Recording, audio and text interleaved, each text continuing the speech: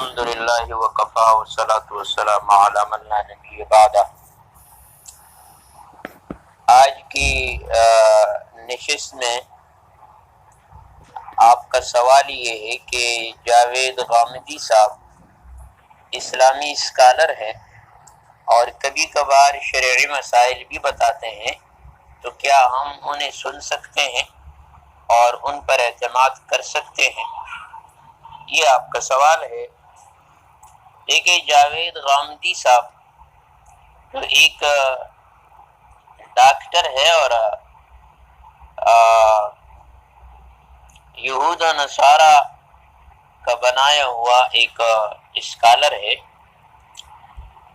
جواب کی جو اصل جواب ہے اس سے پہلے غامدی صاحب کے جو نظریات ہیں اس کو سن لیں تو پھر آپ کو خود بخود جواب مل جائے گا کہ ایسے آدمی کو سن سکتے ہیں یا نہیں سن سکتے ہیں۔ دیکھیے، جاوید غامدی کے بہت سارے نظریات قرآن اور حدیث کے صریح نصوص کے خلاف ہے، اور اہل سنت والجماعت کے جو اجماعی اور اتفاقی عقائد ہے تو اس سے جاوید غامدی صاحب کے نظریات متصادم ہیں، جن میں سے چند کا ذکر میں کر لیتا ہوں۔ نمبر ایک، جاوید غامدی کے نظریات میں سے نمبر ایک یہ ہے کہ عیسیٰ علیہ السلام وفات پا چکے ہیں۔ نمبر دو، قیامت کے قریب کوئی مہدی نہیں آئے گا۔ نمبر تین، مرزا غلام احمد قادیانی، غلام احمد پرویز سمیت کوئی بھی کافر نہیں، کسی بھی امتی کو کسی کی تکفیر کا حق نہیں ہے۔ نمبر چار، حدیث سے دین میں کسی عمل یا عقیدے کا اضافہ بالکل نہیں ہو سکتا۔ نمبر پانچ، سنتوں کی کل تعداد صرف 27 ہے۔ نمبر چھ، داڑھی سنت اور دین کا حصہ نہیں ہے۔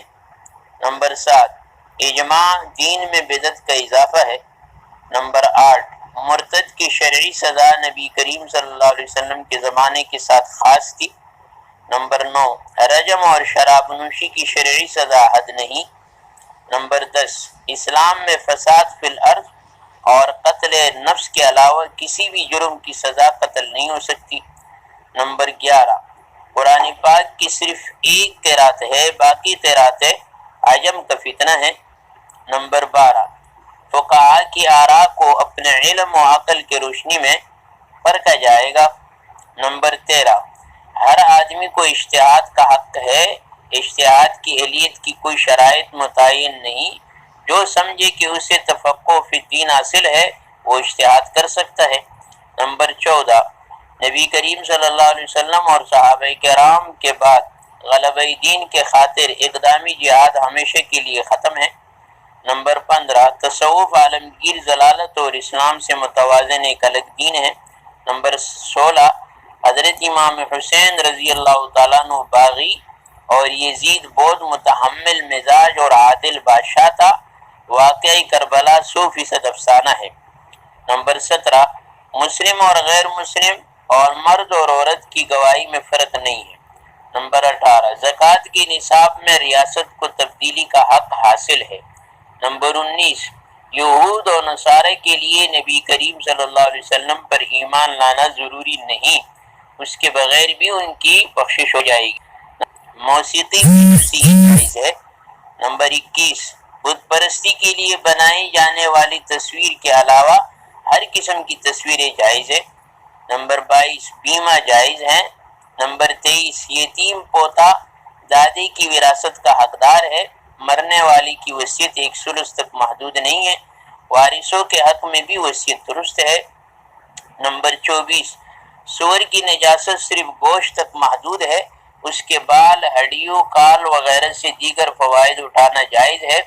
نمبر 25، سنت صرف دین ابراہیمی کی وہ روایت ہے جس کو نبی کریم صلی اللہ علیہ وسلم نے دین کی حیثیت سے جاری فرمایا، اور یہ قرآن سے مقدم ہے۔ اگر کئی قرآن کا ٹکراؤ یہود و نصارہ کے فکر و عمل سے ہوگا تو قرآن کے بجائے یہود و نصارہ کے متواتر عمل کو ترجیح ہوگی۔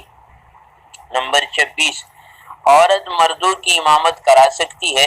نمبر 27 دوپٹہ ہمارے ہاں مسلمانوں کی تہذیبی روایت ہے، اس کے بارے میں کوئی شرعی حکم نہیں ہے۔ دوپٹے کو اس لحاظ سے پیش کرنے کی یہ شرعی حکم ہے، اس کا کوئی جواز نہیں ہے۔ نمبر 28 مسجد اقصی پر مسلمانوں کا نہیں، اس پر صرف یہود کا حق ہے۔ نمبر 29 بغیر نیت الفاظ طلاق کہنے سے طلاق واقع نہیں ہوتی۔ یہ 29 نظریات میں نے ذکر کیے آپ کے سامنے، اور اس کے علاوہ بھی مزید تفصیلات آپ کو مل سکتی ہے ان کے نظریات کے متعلق۔ تو اب ان نظریات کے سننے کے بعد آپ خود ہی فیصلہ کر سکتے ہیں کہ ایسے آدمی کو سننا اور پھر اس پر اعتماد کرنا یہ کیسے جائز ہو سکتا ہے۔ لہذا ڈاکٹر جاوید غامدی ایک گمراہ اور اہل سنت والجماعت سے خارج،